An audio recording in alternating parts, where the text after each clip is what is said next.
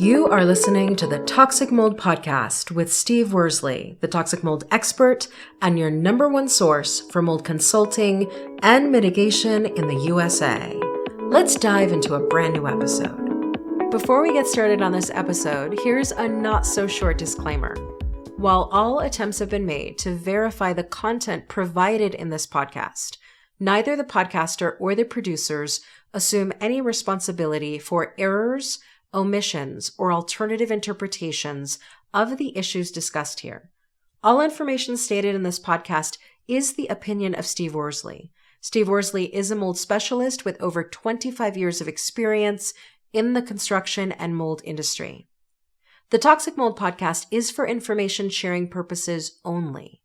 The views expressed are those of the podcaster and his alone. These views should not be taken as expert instruction or commands. While there may be references to medical conditions and symptoms, all podcast episodes are the opinion of Steve Worsley, and any medical questions or concerns shall be addressed with the appropriate licensed medical professional or professionals. As the podcaster refers to different mold types, please be aware that Steve Worsley is not a microbiologist, and questions concerning mold specifics should be answered by the appropriate professional. Steve isn't, nor does he offer any legal advice. For any legal advice, you must speak with a lawyer. The listener is 100% responsible for his or her own actions. You can check out Steve's books on Amazon. Just go to Amazon and search for author Steve Worsley. You can also take Steve's courses on Udemy or Skillshare, and you can find out more about those at cnccontractorservices.com. Now, let's get to the episode. Hello, you're listening to the Toxic Mold Podcast with myself, Steve Worsley, and we have Cassandra back after a week away. How was that break? It was good. Yeah, we interviewed Dr. Diane, and already there's been a ton of listens. So Absolutely. That's a great podcast episode to listen to. Yes. Yeah, it's like I've said before, having guests, it's a lot of work, a lot of post-production, so I got reminded of that. We did last year, we had Dr. Fox, and she's going to be back again this year. But anyhow, it was a great interview with Dr. Diane. We covered a lot of medical side of things that obviously I don't know about, so it was interesting. That's good. So today is episode 258. And today's topic is toxic mold in the western United States, Utah, Wyoming, Idaho, and Arizona. So why did we come up with this topic? I think a lot of people think that when you're out west, whether it's desert like Arizona and Nevada, or it's mountainous like Wyoming and Utah and Idaho, that because it's so dry, there couldn't possibly be a ton of mold issues. Exactly. No, I agree. I actually printed off, I made a copy of a page in The Mold Epidemic, and surprisingly enough, like the number one is Texas, so I would call that the West. Florida, that's not the West. Oklahoma, I don't know if I'd call that the West. Midwest. South Carolina, Nevada, Arizona, California, South Dakota, Tennessee, and Kansas. So literally, the West, Nevada is number 5. The 5th highest state experiencing mold problems, and Arizona is the 6th. Exactly. And, for me, and I'm sure people that aren't from the West, they'd be like, well, Nevada, Arizona, same thing, desert. It surprised me, too. When I wrote the book and we did some research, it was, who reported that? The American Risk Management. Oh, okay. So, yeah, I was actually surprised. And so I wanted to address this issue just to bring, obviously, awareness is what we always are trying to do, but to people that are out west like we are, to understand that there are mold concerns out here. And once again, going back to the mold epidemic, in my opinion, the reason why we are having the mold epidemic is because of our buildings, how they're built, and the building materials that they use. Absolutely. And I think it's really problematic if people think, well, you're only going to have mold issues if you live in Florida because it's humid, or if you live in Houston because it's humid, or if that's a really big assumption to make when, as long as you have got the right feeding materials for mold and the right moisture level, you're going to have mold. Yeah, and our homes are so sealed up. It's, you have any sort of moisture intrusion event, it's actually supposed to start snowing. Did I tell you that? Yeah, that's so weird. It's May and... I mean, it's just, and again, the question isn't where do I live and is that a dry place? The question is, what house do I live in, whether new or old? And does it have things that make it more susceptible to black mold? Yeah, I actually have one of the issues I'm dealing with right now is brand new construction, and they ran into a mold problem, and they don't even have the electricals pretty much not even done yet. No flooring. It's just subfloor. And it was because a lack of, in my opinion, vapor barrier down in a crawl space. So brand new construction. And we've talked about it before. Speaking of Arizona, there's a home inspector I follow down there, and he does pretty much only new construction. And he finds tons of problems. And the good part about Arizona, which, we couldn't, I'm not going to argue the politics of it, but, you can argue is too much oversight good or not enough? But in my opinion, every state should protect the consumers, and there should be state laws that protect for new construction. And Arizona actually has that. It's kind of crazy. That is kind of crazy. And it's interesting, I'm going to interview a gal that's a health coach down there, and she lives in Arizona. Oh, yeah. Well, and that brings up another point. I mean, one of the things that you've heard from quite a few people is they're surprised when they find out, hey, there's a mold expert in Wyoming, know? And so often when we're having issues, whether it's with our home or with our health, we'll go Google, mold experts in whatever state. And so often what we're hearing is that people think that there are not mold experts outside of the traditional franchises, whether in the West, whether that's Utah, Wyoming, Idaho, or even Arizona. And I would say when you're looking for a mold specialist, I know we have a freebie that you can sign up for on how to hire a mold professional, the right mold professional. Just remember that don't just trust one Google search. Right. Really do your due diligence, because there might be better than the franchises, people who are really focused, know their stuff. You're going to be dealing directly with them and not whoever they hired for whatever hourly rate. Do your due diligence. Just don't hire the first mold mitigation contractor you find on Google. Yeah, I agree. There's plenty of us out there. There's tons. I spoke to a IEP, everybody has different terms, acronyms, or whatever. He was in, I don't know if it's New Jersey or New York, but I spoke to him and he's top notch. He knows his stuff. I've had other, people in New York and Ohio and Florida and in other states that my point is there's plenty of us out there. Obviously, we're going to have different certifications, different expertise. But for our listeners, don't think just because you can't get Steve there that there's nobody that's good enough. There's plenty of us, and there's guys out there that are way smarter than I am. But like you said, a Google search and Google presence or online presence isn't always the best. It brings up something that I deal with all the time, and it's those franchise companies that do remediation. And I have plenty, obviously I'm not going to name any names, I have plenty of clients or people that reach out that it was one of those franchise companies, their online presence looks good, they're IICRC certified or ACAC or whatever it is. And my point is you still have to vet those people. And it brings up something that's interesting. We're kind of getting off topic here, but a lot of times you'll talk to the professional over the phone, but the guys that show up are not that qualified. Correct. And I think that goes back to sometimes it's not only, part of this episode is to help people understand that if you live in the West, there are mold issues there. Yes. But part of this episode is also to bring awareness that if you live in the West and you think, man, I live in remote Idaho, there couldn't possibly be a specialist, so I need to go with the standard franchise company, look again. Yeah, and we've traveled, speaking of northern Idaho, we, in the middle of the winter, went up to Montana. So we do travel. And going back to our subject, a lot of people say, do you think my home's more prone to have a mold issue in Florida versus Arizona? Even without all of your expertise in mold, what would you even say? You know enough. I mean, if I didn't know what I know, I would say probably, but I know what I know. So I know it's not about the humidity of where you live. It's about everything that's happening in and around that house. Exactly. I say this all the time. There's so many variables, what condition is the home in? in? How old is it? What type of ventilation does it have? Does it have a crawl space? There's just so many factors to consider, but the easy answer is typically yes. But it's something that I have to address quite often with my clients, and they think because they live in Florida or wherever it's humid, Houston, that it's normal to have high humidity in the home. And once again, it's not an easy question to answer, but for the most part, and I would say modern day homes, I don't think there's homes, or it's not as prevalent, really, really old homes. But my point is in modern day homes, there should be enough ventilation, whether it's passive, which just means it's no fans or anything, natural. Also with PRVs or ERVs, there's all sorts of different terms, but the HVAC and everything, there should be enough ventilation in homes that the humidity is not elevated. Agreed.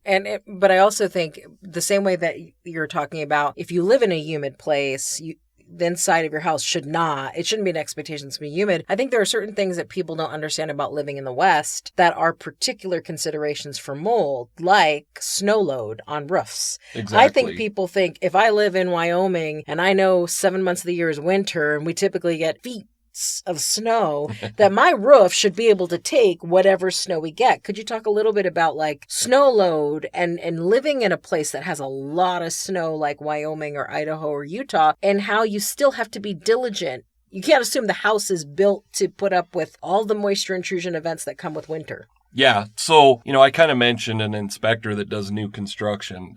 We see problems on new construction all the time. But snow load, what you're referring to is, and I have a cousin that's an architect, but your roof trusses are designed and engineered to withhold so much weight. And for the most part, those, and I say for the most part, usually you have to have your plans approved by the city or local municipality. And depending on where you live, like if you live in Jackson Hole or Park City, Utah, those places are going to get more snow versus, let's say, Salt Lake City or Casper, Wyoming. Up to a certain weight, that's all that those trusses are designed to withhold. And once you get over that, and I don't recall for sure, but I think it was around like 2017 or 2018 in Wyoming, like there were people in Jackson Hole, they couldn't find people to get the snow off of their roofs. In Utah, just a couple winters ago, it was the same way. So for our listeners, that's an important thing to pay attention to in the winter. We just talked about it's supposed to snow, but obviously we're getting into the warmer season. But if you look up on your roof and there's 2 feet of snow, you need to make sure that your roof can withstand that weight. And to address this, not to get into all the physics of it, I guess is a good way of saying it, 2 feet of snow, depending on how much moisture's in there, would depend on how much weight's there. My point is you could have 2 feet of snow that's really wet, that's really heavy, but you could have 4 feet of snow that's really fluffy and it's not wet. Mm-hmm. So knowing whether your roof could withstand that or not, that's way out of my expertise. But what you could do is go up in the attic and just look and make sure. If you have a home that has valleys in it, I'd go up in the roof and make sure you look in those areas and make sure you don't see any moisture coming in. 100%. Especially in places like Wyoming and a little less Utah, if you're a snowbird, so you're not in that home all winter long, and there's a ton of snowstorms, you might be coming in the summer expecting to have a good time to figure out that the roof didn't hold in certain spots, moisture intrusion happened while you were gone for the winter, and now you've got a massive summer of mold problems. Exactly. Yeah, your summer of enjoying, the outdoors or the mountains would be ruined. 100%. So that's different in the West, those considerations, right, than like Florida or even Arizona monsoon season. Do you think people think about mold in monsoon season specifically for Arizona? Probably not. And I don't, I guess I'm not for sure, but I think naturally, a lot of people in a place like Arizona or Southern Nevada just assume there's no mold. And, they say this all the time. My dad always taught me, don't ever assume, because it makes an ass out of you and me. Exactly. That's how it's spelled. Yeah. But to answer your question, most people probably, they don't think about it. And, during rain, during snow wouldn't do you any good, but during a rainstorm for all of our listeners, it's never a bad idea to go out and look at your downspouts and look up at your eaves and make sure, water's just not flowing over that gutter, because if it is, it's probably clogged or there's a defect. Yeah, which is why, every year you talk about the fall and spring checklist. So part of the reason of doing the fall and spring checklist is so you make sure that your house is in a position, whether you live in Arizona or you live in Wyoming or Utah, that it can withstand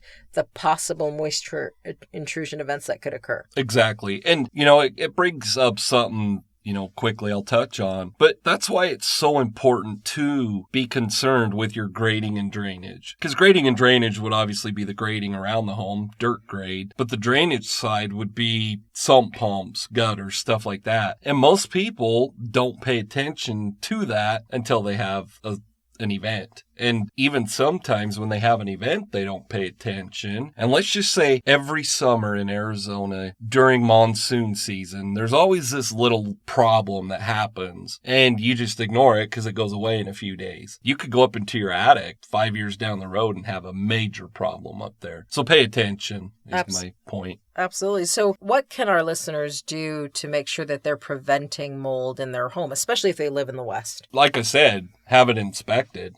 And whether you hire a professional or whether you do it yourself, go look outside. If you're out there barbecuing, look up above you and make sure everything looks good. Routine inspections, just like your health, routine checkups could probably save a lot of issues. So just have your homes inspected. What about I know you have a resources page at cnccontractorservices.com. What are some of the gadgets that they'll find on the resources page that could help them monitor their home, especially if you live in like Wyoming or Utah or Idaho? Well, we talk about that Luft all the time, but like my call to action is buy humidity gauges. Like they're very inexpensive. You can literally buy, and that's on the resource page, you can literally buy like a 3-pack of inexpensive ones for $20.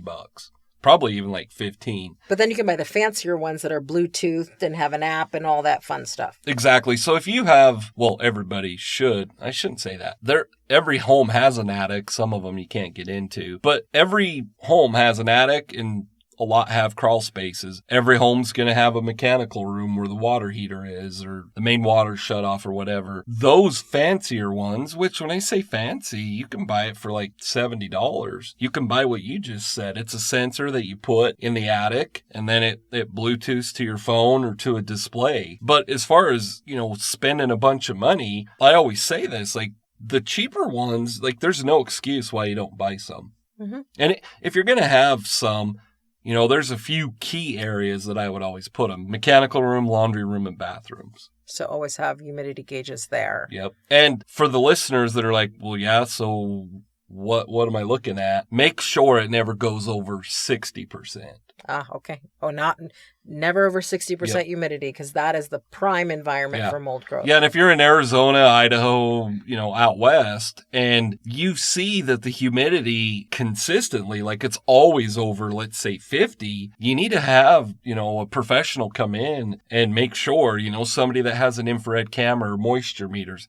There, in my opinion, there's something that has to be causing that, especially out west. You shouldn't have that high humidity all the time. Absolutely. And say a little bit more about the Luft, because somebody may be listening to this and they haven't listened to other episodes where you cover the Luft. But to me, that's one of the most vital gadgets you could have in your home. Yeah, so a Luft is what I call an indoor air quality monitor. Sunradon is who is the manufacturer. They sell, this is how I came across it, they sell radon monitors for us professionals. They're called CRMs, continuous radon monitors. And my point of saying that is it monitors radon. And I don't have my list in front of me, but let's see if I can name them all off. Radon, humidity, TVOCs, ECO2, and the air pressure. Okay. So it monitors all of that. And like I said, I think right now they're $249. And we have a link on our resource page. And that way, if they buy the Luft through you, then what do they get with it? For 1 year, I'm glad you brought that up. So if you buy it through my affiliate link,